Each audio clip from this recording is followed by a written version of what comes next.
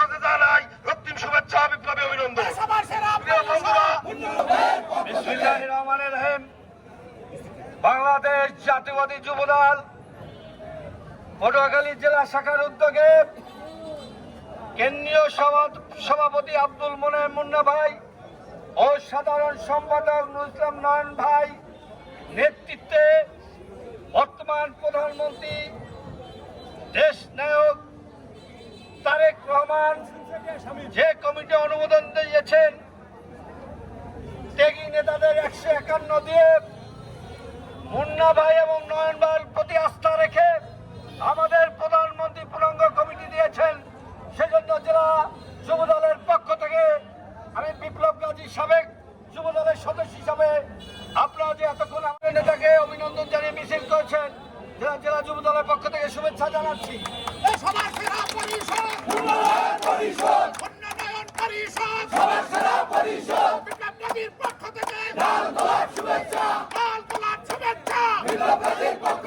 নেতৃবৃন্দ আব্দুল মোনেম মুন্না এবং নুরুল ইসলাম নয়নের নেতৃত্বে সাবেক যারা এই স্বৈরাচারী হাসিনার বিরুদ্ধে রাজপথে জীবন বাজি রেখে যারা লড়াই সংগ্রাম আন্দোলন করেছে তাদেরকে মুন্না ভাই নয়ন ভাই মূল্যায়ন করেছে। প্রিয় বন্ধুরা, এই 151 মধ্যে পটুয়াখালী জেলার মধ্যে যুগ্ম সাধারণ সম্পাদক হিসেবে স্থান পেয়েছে জনাব ইখতিয়ার কবির, পটুয়াখালীর সন্তান, সে নির্যাতিত সাবেক ছাত্র নেতা। এখানে মহসিন সহসাধারণ সম্পাদক মর্যাদা, সেও ত্যাগী নির্যাতিত নেতা, এবং রিয়াজ খন্দকার, সেও ত্যাগী নির্যাতিত নেতা।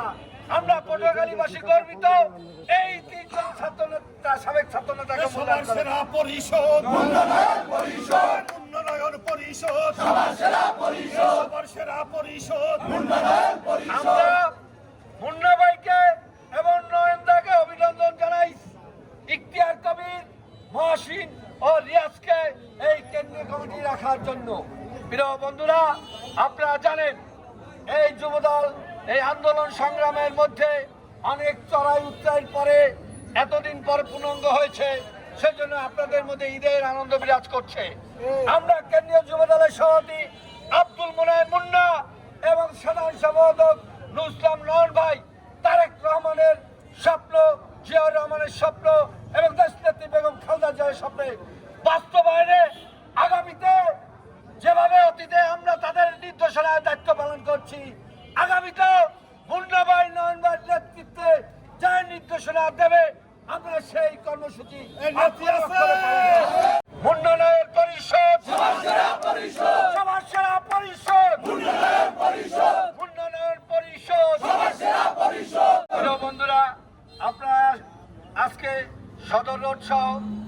শহরের বিভিন্ন সড়ক প্রদক্ষিণ করে আপনারা কেন্দ্রীয় নিউ মার্কেটে আপনারা শেষ করেছেন এবং আগামীতে নয়ন মুন্নাবার নেতৃত্বে আমরা দলকে সুসংগঠিত করব। আপনারা জানেন আমাদের পটুয়াখালী যে কমিটি দেয় তারা অচিরেই জেলা যুব দলের কমিটি দেবে এবং আমরা আশা করি পটুয়াখালীতে মাদক মুক্ত যুব দল হবে ইনশাআল্লাহ। আপনারা কি মাদক মুক্ত যুব দল চান? তারেক রহমান বলেছে এই দেশে মাদক মুক্ত, নেশামুক্ত, সন্ত্রাস মুক্ত বাংলাদেশ গড়ে তুলবে। আমরা পটুয়াখালী কি মাদক মুক্ত যুব দল চাই? জনগণের চাই। আমরা কেন্দ্রীয় যুব দলের আব্দুল মুন্নার কাছে দাবি করি কোন মাদককারী এবং মাদক বিক্রেতাকারী, মাদক সেবনকারী কেউ আগামীতে যুব দলের কোনো দায়িত্বশীল কোনো পদে আসবে না ইনশাআল্লাহ। এই বলে আমি আমার বক্তব্য শেষ করছি। আল্লাহ হাফেজ।